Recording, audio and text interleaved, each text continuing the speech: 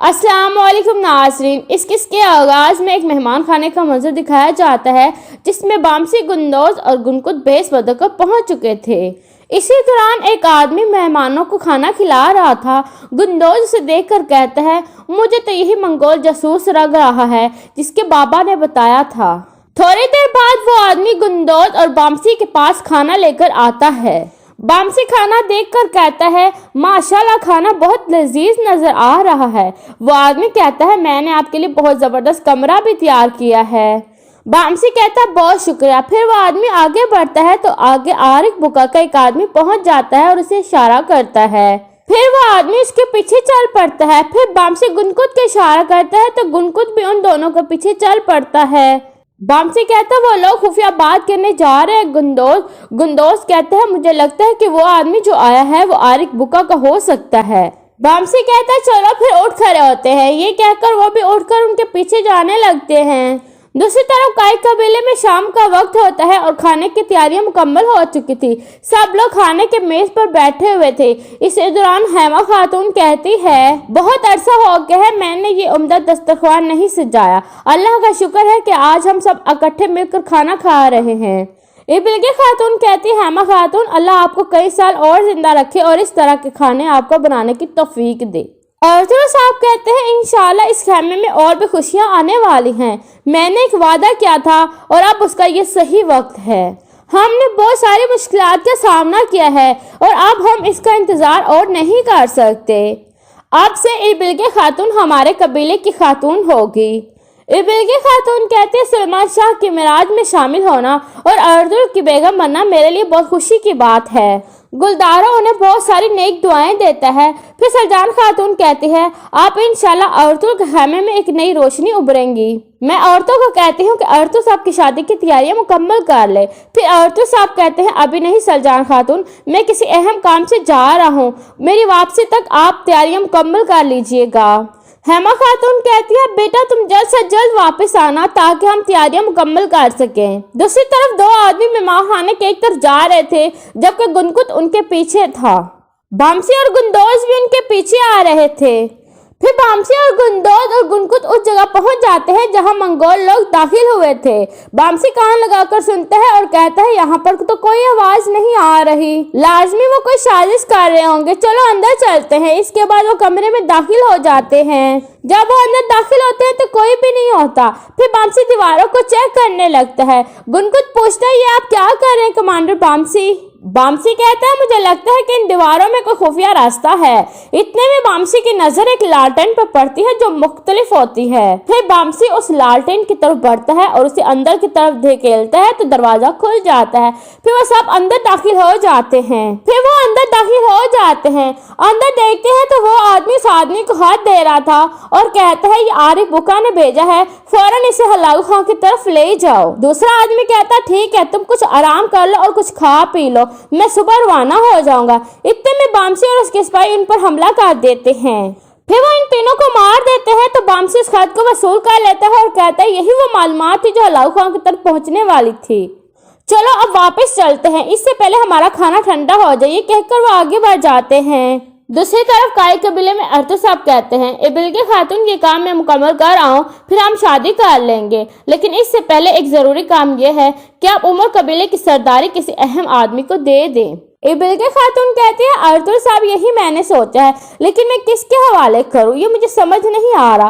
अर्तुल साहब कहते हैं, बिल्की खातून मुहतात रहना, आरिक बुका का खतरा अभी टला नहीं है। मंगोल आदमियों को खरीद रहे हैं और अपनी हुक्मरानी को कायम कर रहे हैं। और आपका सिरमा खातून के बारे में क्या ख्याल है? बिल्की खातून कहती है, मैंने सिरमा खातून से बात की थी, उन्होंने मुझसे वादा किया है कि वो कोई भी कदम नहीं उठाएगी मुझसे बगैर पूछे। दूसरी तरफ उमर कबीले में सिरमा खातून ने अपने खेमे में एक आदमी को बुलाया हुआ था। सिरमा खातून कहते हैं, मैंने आपको इसलिए बुलाया है कि उमर कबीले में बहुत जल्द जिरगा मुनक्किद होने वाला है और मेरी बहन शादी करके काई कबीले चली जाएगी तो सरदारी का ओहदा खाली हो जाएगा। क्योंकि आप मेरे भाई के वफादार साथी हैं तो मेरा ये मानना है कि सरदारी वाले नशिस्त पर आप बैठें। वो आदमी कहता है, आप अच्छी तरह से जानते हैं कि बेबौलत के मैं वफादार सिपाही हूँ, लेकिन बिल्की खातून जिसकी वफादार है, आप अच्छी तरह से जानते हो कि ये मौका हम जीत नहीं सकते हैं। सिरमा खातून कहती है, मुझे लगता है कि आपने बहुत जल्द हार मान ली है। क्या आप अर्तुल से डरते हैं? सलमा खातून कहती है मेरे भाई ने उन लोगों पर एतमाद किया जो उसका बदला भी नहीं ले सकते। ये सुनकर वो आदमी कहता है तो आप इंतकाम लेना चाहते हैं, तो आप मुझे बताएं कि मैं कैसे इंतकाम लूं। ये सुनकर सलमा खातून एक तरफ चली जाती है और सोने के सिक्कों से भरा हुआ संदूक खोल देती है। फिर सलमा खातून कहती है मेरे पास एक ऐसी चाबी है जो बहुत सारे बंद दरवाजों को खोल सकती है। ये देखकर वो आदमी मुस्कुराने लगता है और कहता है इससे तो जिरगे के आदमी रजामंद हो जाएंगे, लेकिन मैं कैसे रजामंद होऊंगा।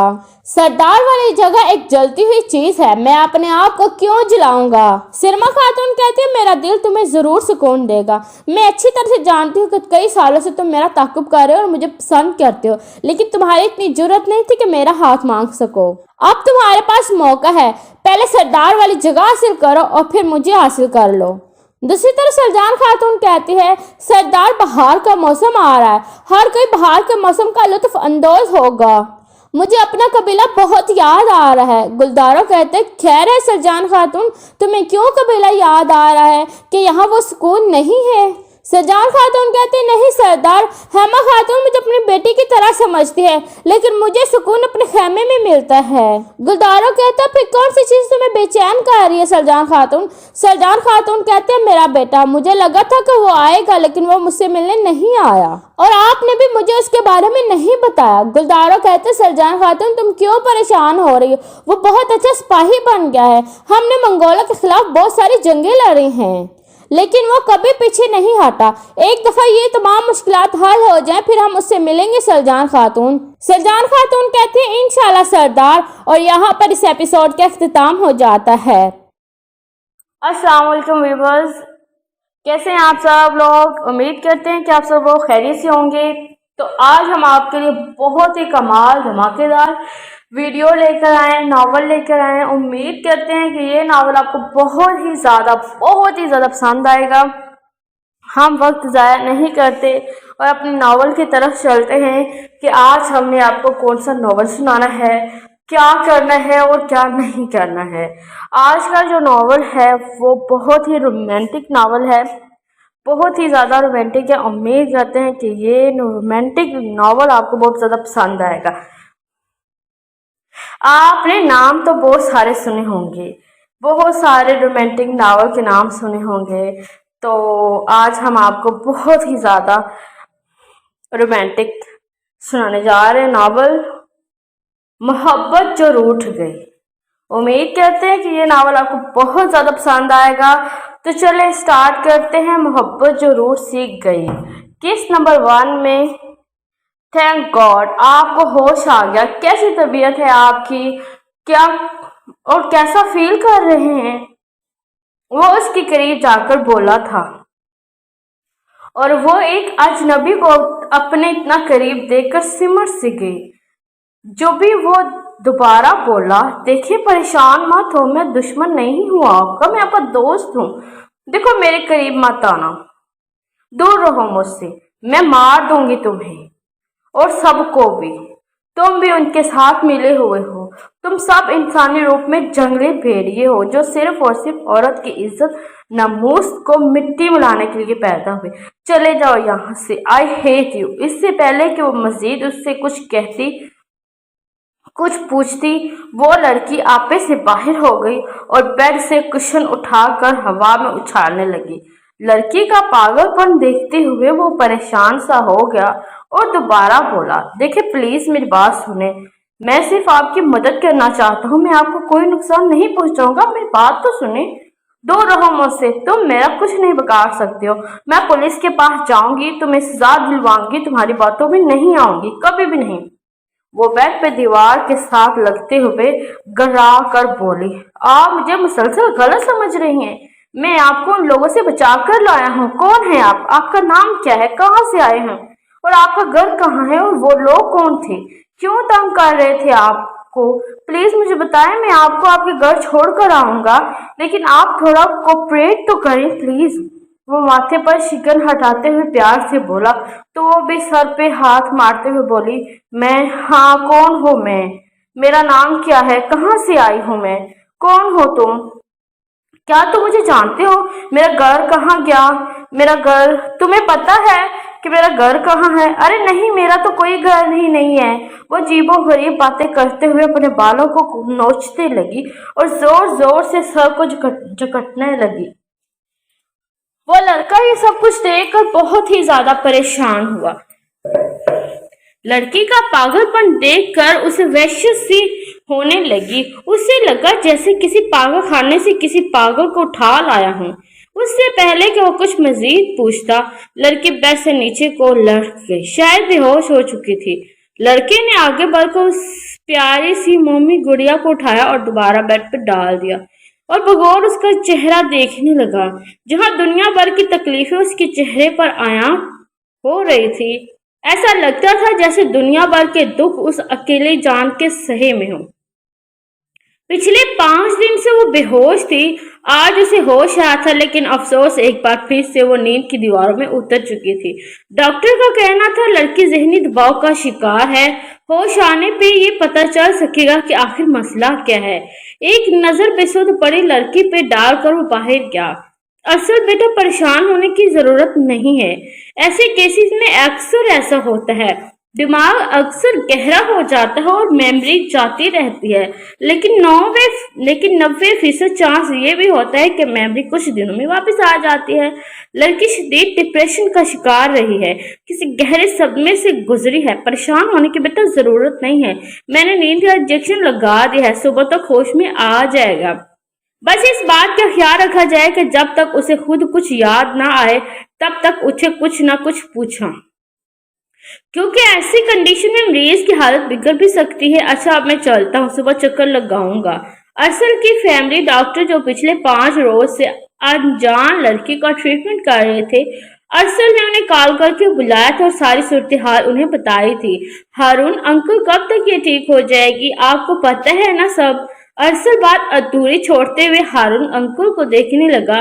जो भी वो तफसील से बोले, अरसल बेटा मैं समझ सकता हूँ, लेकिन अगर तुमने इस लड़के की जिम्मेदारी उठाई है तो इसे पूरा भी करना। इस हालत में जबकि उसे कुछ याद भी नहीं, अकेला छोड़ना ठीक नहीं है। मुझे उम्मीद है कि कुछ रोज तक उसे सब याद आ जाएगा। हौसला रखो, इंशाल्लाह सब ठीक हो जाएगा। हारून अंकल ने उसका छोड़ा अशाना थपथपाया और फिर ब्रीफ केस उठाते हुए अरसल के साथ बाहर चले आए। अरसल बेटा, उस लड़की का क्या बना? तुम्हें पता है ना तुम्हारे बाबा का कल वापस आ रहे हैं। उनके आने से पहले इस लड़की को कहीं और शिफ्ट कर दो। पता नहीं कौन लड़की है, कहाँ से आई, क्या मामला है। खुदा न खास्ता अगर कोई और मसला निकल आया तो तुम्हारे पापा बहुत बुरा पेश आएंगे। अम्मी, मैं क्या करता, आप ही बताएं। वो लड़की इस वक्त मुसीबत में थी, मदद की भीख मांग रही थी, तो क्या मैं उसे उस हाल में छोड़कर आ जाता?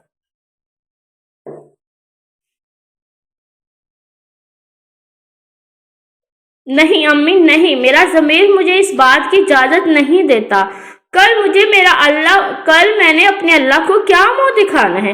किस मुंह से मैं अपने रब के सामने जाता कि एक बेबस मजबूर लड़की मुसीबत में थी और मैं आराम से घर आ गया। अरसल ने अफसुर्दगी से साग माँ को देखते हुए कहा, अरसल मेरे बच्चे, मैं ये नहीं कह रही कि तुमने उसकी मदद करके बुरा किया है, लेकिन जिस सोसाइटी में हम रह रहे हैं यहाँ के लोग इस तरह की बातें बनाएंगे। अगर यहाँ किसी को पता चला कि कोई गैर लड़की पिछले 5 रोज से हमारे घर पनाह लिए हुए है तो लोग बातें करेंगे और तुम्हारे बाबा इस बात को कभी टॉलरेट नहीं करेंगे। साहिबा बेगम परेशानी जाहिर करते हुए बोली। अम्मी, हारून अंकल पर उम्मीद है वो कह रहे थे अगर इस लड़की की मेमोरी लॉस हुई है तो ज्यादा देर ऐसा नहीं होगा, जल्द ही वो ठीक हो जाएगी। अब आप खुद बताएं, एक लड़की जिसे खुद याद नहीं, उसे घर से निकाल देना कहाँ की अक्लमंदी है। अरसल ने एक बार फिर से समझाना चाहा। जब भी साला बेगम दोबारा बोली, कल सुबह तक इस लड़की को होश आता है तो इसे फारग करो। तुम जानते हो ना तुम्हारा पापा किस तरह है। बात अधूरी छोड़कर वो जाने लगी, जबकि अरसल ने आहिस्ता से उनका हाथ थाम लिया और बोला, पापा को लड़की जात से नफरत है, यही कहना चाहती है ना आप? पापा को लड़की के वजूद से ही नफरत है और उस नफरत में उन्होंने हमारी मासूम बहन को दुनिया में आने से पहले ही बस कर बस करो अरसल, बस करो, कितनी बार बोला है, इस बात को मत लाया करो बीच में। जो हो गया उसे भूल जाओ। तुम्हारे पापा को इस बात की खबर हुई कि तुम्हें ये सब मालूम है तो बहुत बुरा करेंगे। साला बेगम अरसल की बात सख्ती से काटते हुए बोली थी और आंसुओं से तर आंखें साफ की थी। जब भी वो दोबारा बोला, अम्मी पापा इस कदर कठोर क्यों है? वैसे तो वो बहुत प्रैक्टिकल हैं। औरत मर्द के साथ कदम से कदम मिलाकर चले, इस बात पे वो प्लू करते हैं। और दूसरी तरफ औरत जात से इतनी नफरत आखिर क्यों अम्मी? हर बार की तरह इस बार भी अरसल ने माँ को कुरेदना चाहा। जब से उसने होश संभाला था और जब से उसने डॉक्टर की बातें सुनी थी, तब से वो ये बात जानने में निकाम कोशिश कर रहा था कि आखिर उसके पापा ने ऐसा क्यों किया, क्यों उसकी बहन को दुनिया से आने से पहले ही खत्म कर दिया। कोई बाप अपनी औलाद का कातिल कैसे हो सकता है? तब से वो पापा से खिंचा खिंचा सा रहने लगा। वक्त के मार ने उसे खुद सर बना दिया।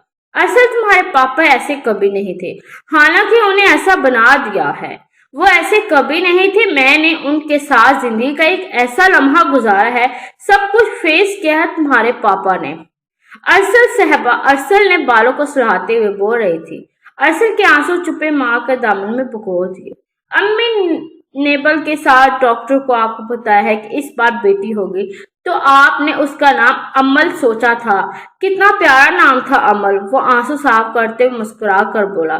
तो सालहा बेगम ने आहिस्ता से कहना शुरू किया, तुम जानना चाहते हो ना तुम्हारे पापा ऐसे क्यों हो गए हैं? आज मैं तुम्हें बताती हूँ कि क्या हुआ था। माँ की बात को गौर से सुनते हुए अरसल ने एक बार फिर से सर माँ की गोद में रख लिया। अमर मेरी छोटी बहन का नाम था। अम्मी ने बहुत प्यार से उसका नाम अमर रखा था, लेकिन वो सिर्फ चंद महीनों की मोहलत लेकर आई थी। वो बहुत प्यारी थी, गोल मटोल सी नरम गालों वाली। जब वो हमें छोड़कर गई तो अम्मी उसकी याद में बहुत रोया करती थी। मैं बड़ी थी, मैं संभल गई, लेकिन अम्मी ने अमल के जाने का गहरा सदमा लिया और फिर एक दिन वो भी हमें छोड़कर चली गई। मैं सबसे बड़ी थी, मुझसे छोटी सीधा और किया थी, और छोटी तुम्हें माँ के जाने का दुख वो बर्दाश्त नहीं कर पा रहे थे। ऐसे में मैं हिम्मत हार जाती तो घर कौन देखता?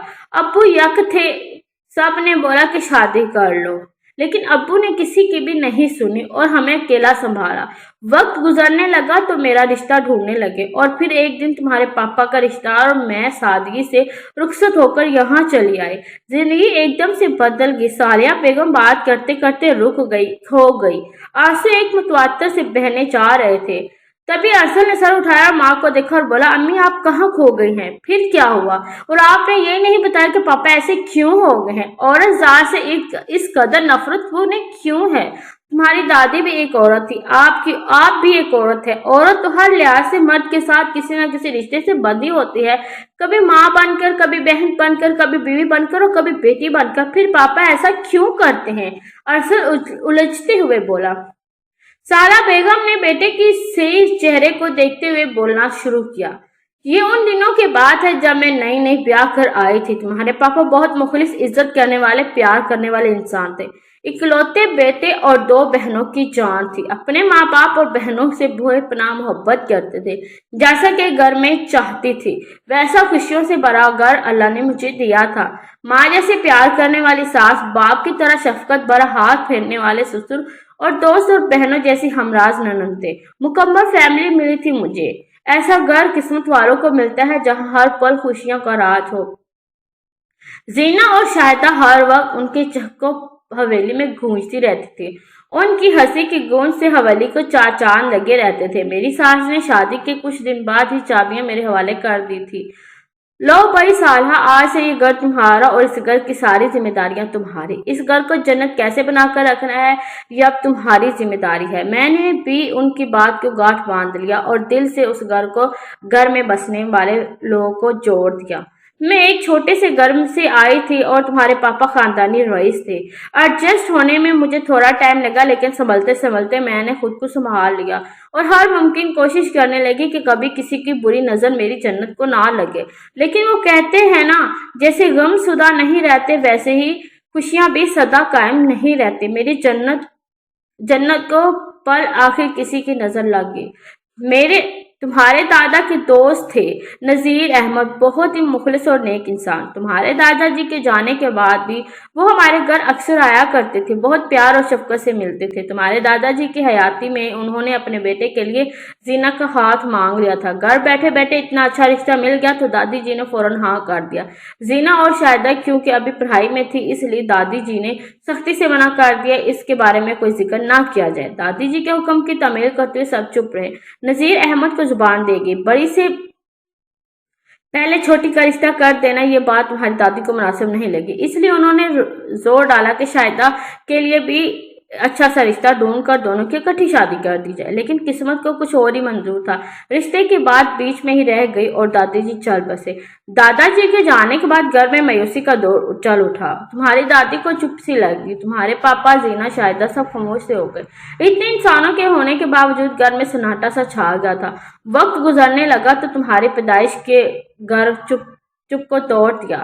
تم سب کی جان بن گئی، حالانکہ واپس ٹھیک ہونے لگا۔ گھر میں واپس چہل پہل سی ہونے لگی، زینہ اور شاہدہ کی ہنسی کہہ کے ویسے ہی ہونے لگے، لیکن تمہارے ساتھ وہ باتیں کرتی ہنسی تھی۔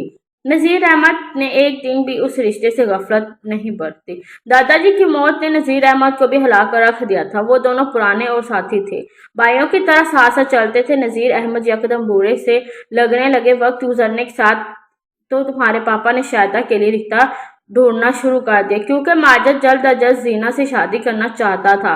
اس بات کا ادراک بعد میں ہوا کہ ماجد شروع سے زینہ کو پسند کرتا تھا۔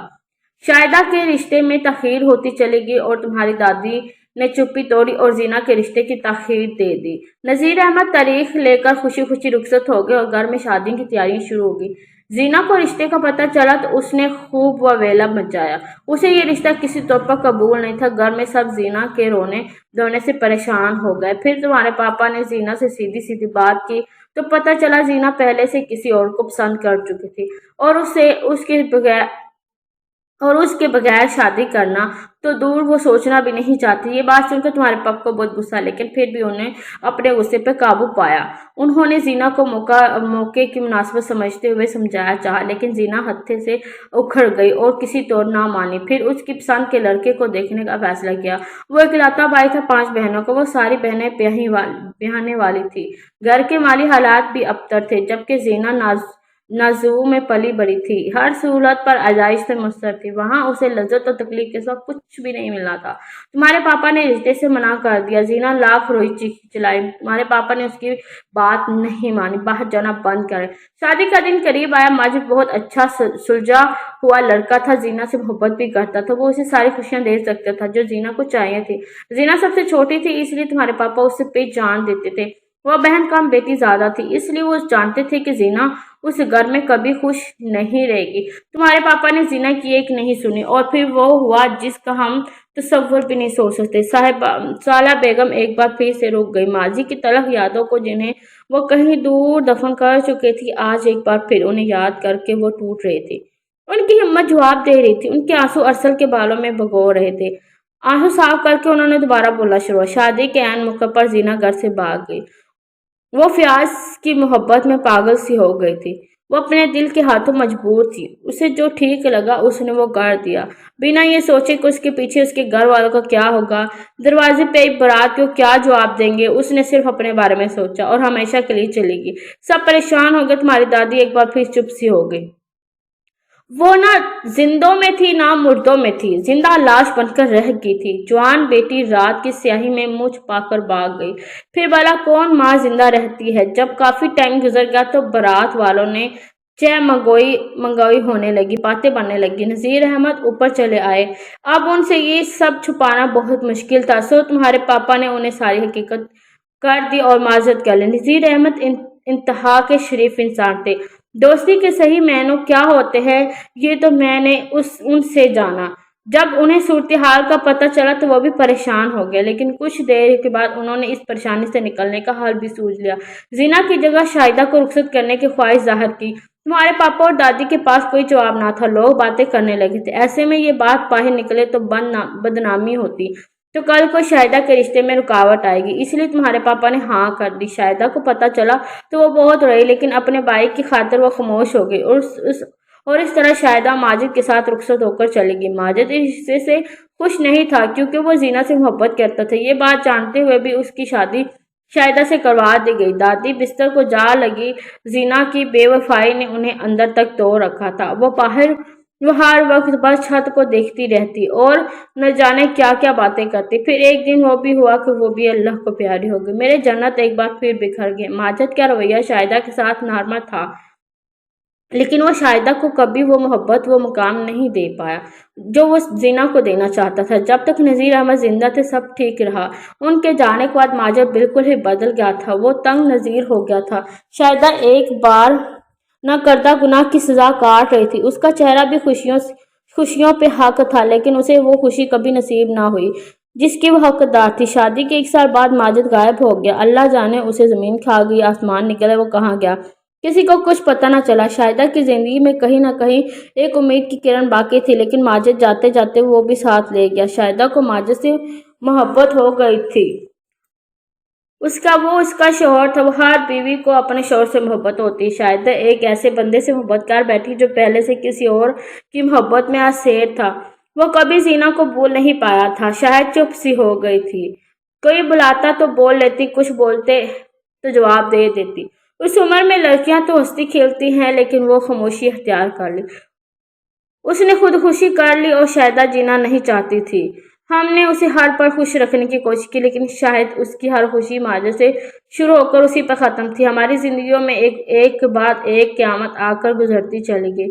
ہم تمہارے دادا کی موت کو پوری طرح بھول نہیں پائے۔ ان کے پیچھے دادی اور شاہدہ بھی چلی گئی، اور زینہ نے تو نہ زندوں میں تھی نہ مردوں میں۔ وہ کہاں گئی کسی کو کچھ پتہ نہ چلا۔ زینہ اپنے ساتھ ساتھ ہماری خوشیاں بھی لے گئی۔ شاہدہ بھی ابھی عمر کی کیا تھی۔ اس نے تو زندگی کے بھرپور خوشیاں دیکھنے کے دن تھے، اور وہ ہم سب کو دور مٹیوں میں ملا کر چلی گئے۔ تب سے تمہارے پاپا سخت ترین ہو گئے۔ میرے ساتھ بھی ان کا رویہ سرد اور رکھا ہوسا ہو گیا۔ میں اکیلی رہ گئی۔ تمہارے بعد نبل نے میری زندگی میں رونق بخشی۔ اسے دیکھتے، اسے سنبھالتے میں اپنی تمہاری تکلیفیں بھول گئی تھی۔ تمہارے پاپا کو لڑکی ذات سے نفرت ہو گئی۔ زینہ جیسے تمہارے پاپا نے بیٹیوں جیسا پیار دیا اور پورے گھر کی بربادی کی ذمہ دار بن گئی۔ ان کی زندگی میں ایک کے بعد ایک عزیز رشتہ چھن گیا۔ وہ کٹھور ہوتے گئے۔ سالہ بیگم نے آنسو صاف کر کے پتے ہوئے آج برسوں بعد دل کو غبار نکالا۔ ان کا دل ہلکا ہو گیا تھا۔ ارسل نے ماں کا چہرہ دیکھا، پھر سیدھے ہوتے ہوئے آنسو صاف کیے۔ اس کی اپنی آنکھوں میں سرخی مائل ہو گئی تھی۔ پھر وہ بولا، امی میں سمجھ سکتا ہوں جو وہ بہت برا ہوا، وہ ایک قیامت تھی جو آ کر گزرنی تھی، لیکن ان سب میں آپ کا کیا قصور تھا اور ہماری معصوم بہن کا کیا قصور تھا؟ ہمیں کس بات کی سزا ملی؟ امی آپ کو پتہ ہے دوستوں کی بہنوں کو دیکھتا ہوں تو دل میں حسرت ہوتی ہے کہ کاش میری بھی کوئی بہن ہوتی، تو ہم اسے لاڈ اٹھواتے، تنگ کرتے، شرارتیں کرتے، کہہ کے مارتے، ہمارے آنگن میں خوشیاں ہوتی، حسرت ہوتی ہماری۔ بس قاسم، مجھے تمہارے پاپا سے کوئی شکایت نہیں ہے۔ مشکل وقت میں ان کا ساتھ چھوڑ دیتی تو میں کبھی ایک اچھی بیوی نہ کہلاتی۔ اچھا چھوڑو پرانی باتوں کو، جو ہوا سو ہوا، گزر چکا، وہ کل تھا، لیکن ہمارا آج برائٹ ہے۔ تمہارے پاپا جتنے بھی سخت کیوں نہ ہو، وہ اپنی اولاد سے بہت پیار کرتے ہیں۔ تم اٹھو، آرام کرو۔ تمہارے پاپا اور نبیل کل کراچی سے واپس آ رہے ہیں، ان کے لیے تیاری مکمل کر لو، ارسل کے سر پہ پیار دیتے ہوئے کہا، تو ارسل بھی سر ہلاتے ہوئے اٹھ کھڑا ہوا۔ یہاں پر اس ایپیسوڈ کا اختتام ہوتا ہے۔ آگے نیکسٹ ایپیسوڈ۔ صبح کی سنہری رنگ 400 پھیلی، سورج کی روشنی چھن سے ان کے کمرے میں اتری تھی۔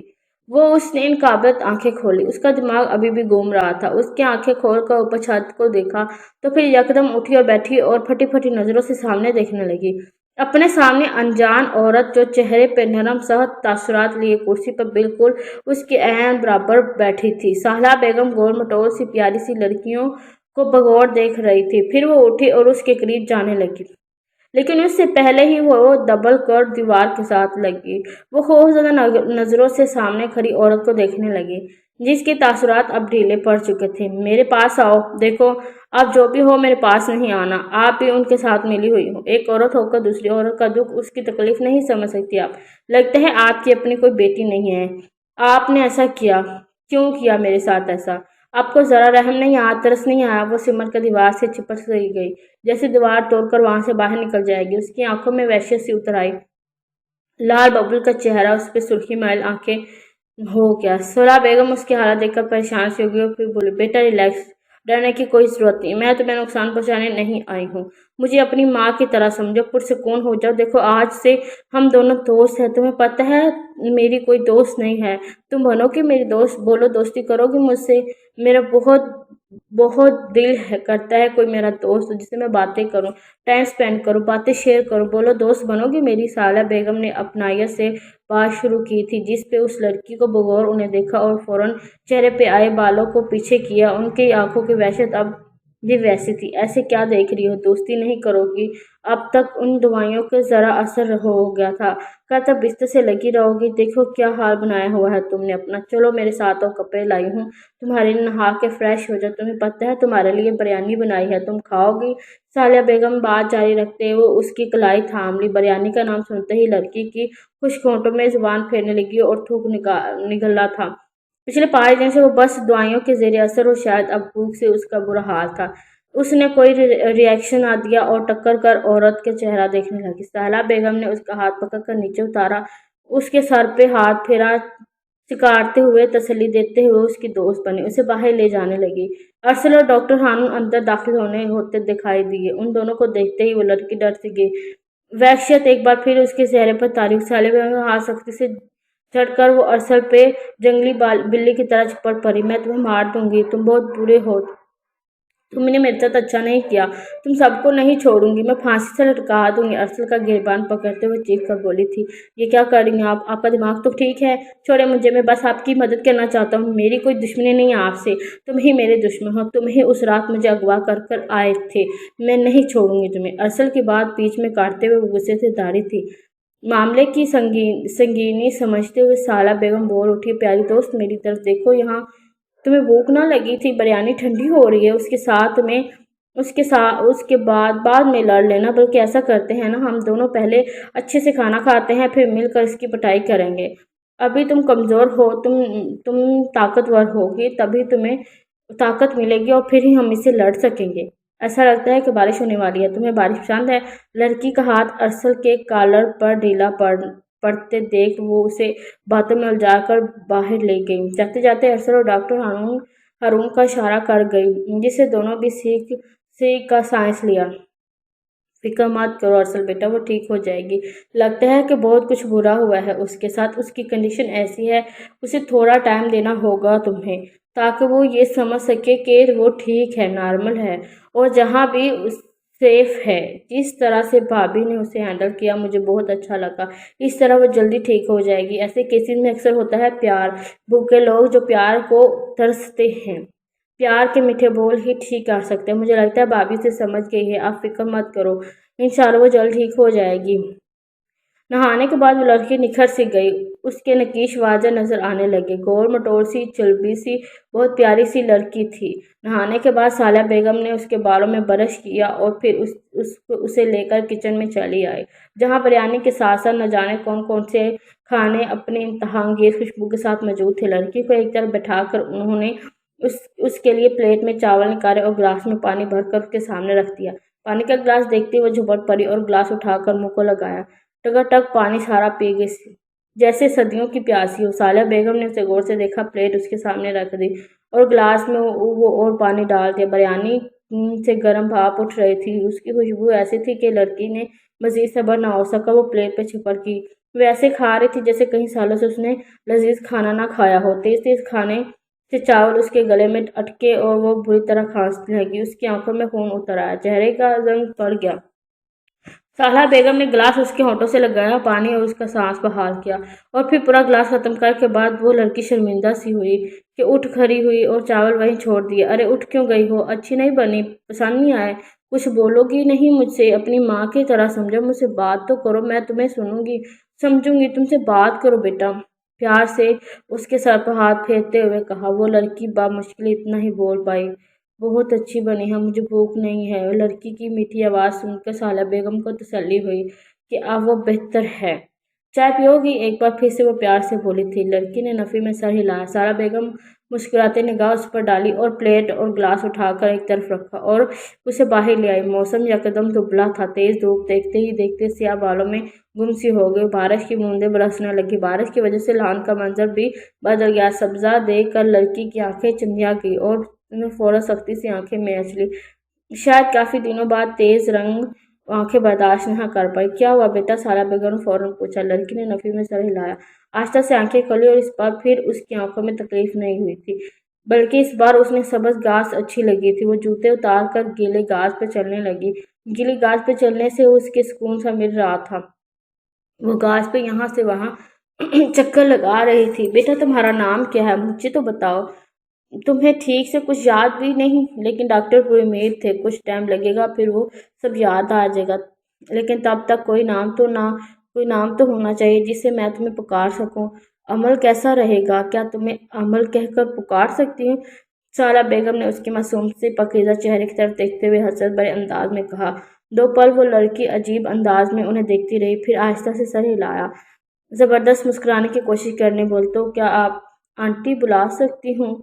बिल्कुल, क्यों नहीं। आज से मैं तुम्हारी आंटी। डरना नहीं, किसी भी चीज़ की जरूरत हो तो मुझसे कह सकती हो। अम्मी आपकी यहाँ क्या कह रही हैं? मैं और पापा पिछले 15 मिनट से आपका इंतज़ार कर रहे हैं।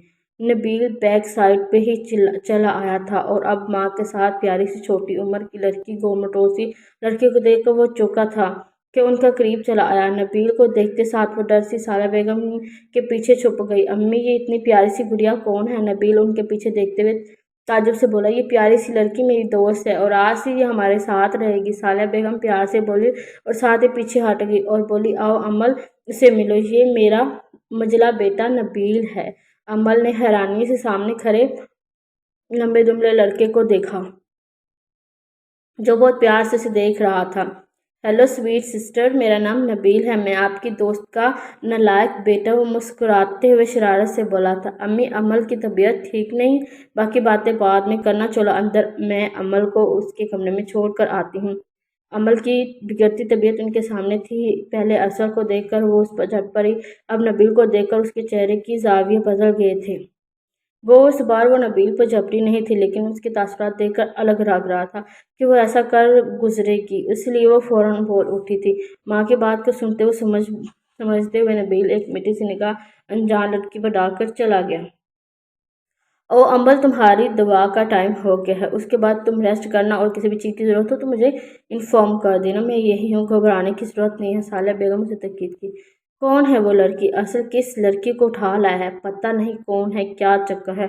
वो मुंह उठाकर उसे कर लिया है। खाने के साथ रोकते हुए हसन जो जहाँ गुस्से से बोले थे और सालहा बेगम के साथ साथ नबील और उसके छोटे असद और उससे छोटा असद भी जो के उन्हें देखने लगा।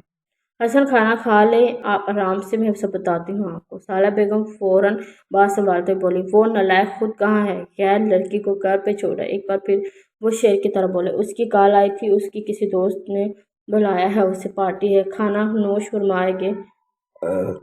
पता नहीं किस मुसीबत को हमारे पल्ले बांध दिया है नवाब साहब उन्हें।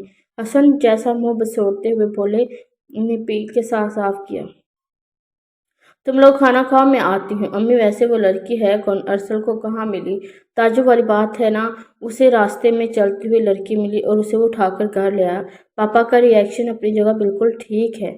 माँ को उठता देखकर नबील फौरन बोला था। देखो नबील, अभी अरसल आ जाएगा तो उसे खुद ही पूछ लेना कि राह चलते उसे ये लड़की कहाँ, कब और कैसे मिली। तो अभी तुम्हारे पापा गुस्से में हैं, मुझे उनको देख लेने दो। खाना खाओ आराम से, मैं आती हूँ। साला बेगम अपनी बात को पूरा करते हुए चले गए, जबकि नबील सोच में गुम हो गया। असद भी भाई को देखते हुए खाने के साथ रोक गया। साला ने कमरे में दाखिल होकर चाय का कप हसन को तरफ बढ़ाया। वो फौरन बोले, तो ये क्या कह रही थी आप? आप उस लड़की के बारे में क्या जानती हैं? वो लड़की कौन है, कहाँ से आई है? आप अच्छी तरह से जानते हैं कि ये सब हमारे घर में बिल्कुल पसंद नहीं है। अरे अरसद बेटा, आ गए हो तुम? कब से तुम्हारी राह देख रही हूँ और तुम्हारे पापा तुम्हें बुला रहे हैं, इतनी देर क्यों लगा दी? साला बेगम फिक्रमंदी से बोली। वो अम्मी, बस 200 में टाइम का पता ही नहीं चला और आपने सुना उसका नाम अमल, नाम मैंने दिया है उसे कुछ भी याद नहीं है। और हारून अंकल की बात याद है ना तुम्हें? صاحبہ صالحہ بیگم اینڈ پہ ڈانٹ بستے ہوئے بولے تو ارسل کی ساری بات سمجھتے ہوئے سر ہلایا اور اندر چلے آئی۔ چلو امبل تم بھی اپنے کمرے میں آ جاؤ، آرام کرو، امبل کے ماتھے پہ پیار دیکھتے ہوئے کہا تو وہ چونک کر سامنے کھڑی پیاری سی ماں جیسی انجان عورت کا چہرہ دیکھنے لگی۔ اور یہاں پر بھی اس ایپیسوڈ کا اختتام ہو جاتے ہیں۔ امید کرتے ہیں کہ آپ کو یہ سٹوری اچھی لگے گی۔ اگر آپ کو ہماری سٹوری اچھی لگے تو ہمارے چینل کو سبسکرائب کریں، ویڈیو کو لائک کریں، شیئر کریں، کمنٹ کریں۔ تو ہمیں دے اجازت، اللہ حافظ۔